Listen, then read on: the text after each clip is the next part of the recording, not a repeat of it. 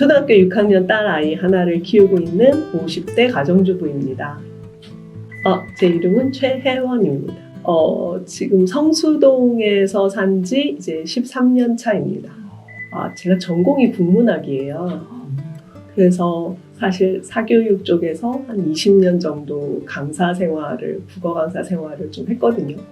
그러면 이제 언어 영역에서 시 부분 할 때 거의 항상 제일 처음 다루게 되는 시가 소월시예요.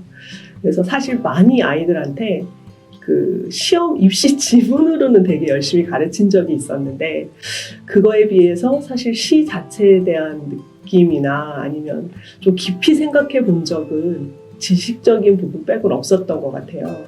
근데 이쪽으로 이사를 왔는데 아이들 때문에 소월 아트홀이라는 데 가보게 됐거든요. 그래서 사실 처음 알게 됐어요. 그러니까 시가 왕십리라는 시가 있는 걸 알았지만 그래도 여기가 그렇게까지 연결이 돼서 많이 이렇게 의미를 부여하고 있는 걸 처음 알아서 이런 프로젝트 있다는 얘기 듣고 아이도 또 겸사겸사 낭독이나 뭐 이런 목소리로 하는 직업을 갖고 싶다고 하기도 해서 그래서 아이만 참여를 시키고 저는 사실 너무 부끄러워서 빠지려고 했거든요. 근데 이게 굉장히 여러분이 참여하시는 프로젝트라 혹시 한켠에 제 자리가 있으면 제가 껴도 되면 끼겠습니다 라고 그때 말씀드렸는데 자꾸 뒤로 가도 여전히 남아있는 시가 있는 거예요. 그래서 이제는 해야 할까? 이런 생각이 들어서 마지막으로 신청했습니다. 아니요, 이번에 사실 아까 말씀드린 대로 아이들 시험에 많이 나오는 시 중심으로 해서 몇 편 정도를 알고 있었는데 아이 때문에 이번에 이 시집을 구입을 해봤어요. 그래서 봤더니 너무 좋은 시가 많더라고요. 그러니까 더 많이 의미부여를 하게 됐는데 여러분이 참여한다는 데 되게 큰 마음이 되게 좋았어요. 근데 그 여러분들이 다 마음을 모아도 다 미처 못 가는 좋은 시가 사장될 것 같은 거예요. 그래서 남아있는 시 중에 제가 몇 개를 봤는데 이 시가 사실 좀 읽어본 적도 있었던 시였긴 했는데 계속 남아있길래 내 건가? 라는 생각이 들어서 그래서 신청했습니다. 제가 아까 초반에 제가 50대 제 가정주부라 말씀드렸는데 그 소월은 참 청춘의 시인인 것 같아요. 그러니까 그 시기까지만 살고 그 젊음 속에서 뜨겁게 다 불살르고 가서 그의 시에는 계속 청춘에 대한 향수나 아니면 제가 잊고 지냈던 어떤 과거의 따뜻함 같은 것들이 시에서 느껴지는 게 있었거든요. 그래서 이 시도 사실 그냥 첫사랑, 지금 남편 말고 첫사랑에 대한 생각, 그리움 이런 걸 다시 좀 환기시키는 부분이 있어서 그래서 이 시를 한번 읽어보고 싶다 생각했습니다.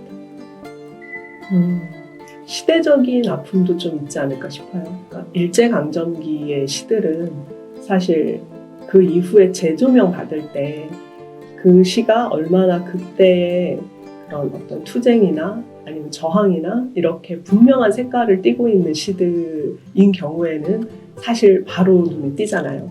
그러니까 그런 부분에 있어서는 많이 주목이 쉽게 가지지만 이렇게 사람의 심정이나 아니면 자신이 갖고 있는 생각을 서정적으로 풀어낸 시들은 사실 조금 바로 사람들 눈에 띄긴 어려움이 있지 않았을까라는 생각이 듭니다. 그러니까 어떤 시들은 예를 들어 백석 같은 시인들은 많은 시가 아니어도 한두 편으로도 그의 스토리와 만나서 되게 좀 사람들한테 회자되긴 하잖아요. 근데 또 이렇게 많은 시를 남겼음에도 또 그러지 못하는 부분도 있지 않을까 생각합니다. 님에게 김소월.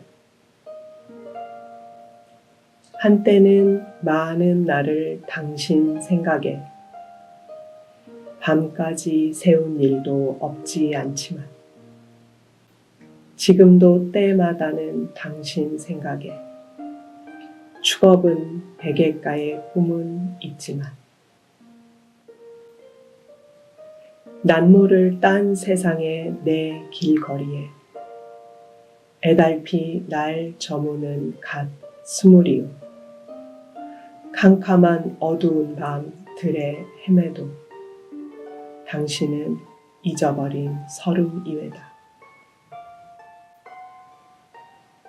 당신을 생각하면 지금이라도 비 오는 모래밭에 오는 눈물에 축업은 베개가의 꿈은 있지만 당신은 잊어버린 서름 이외다.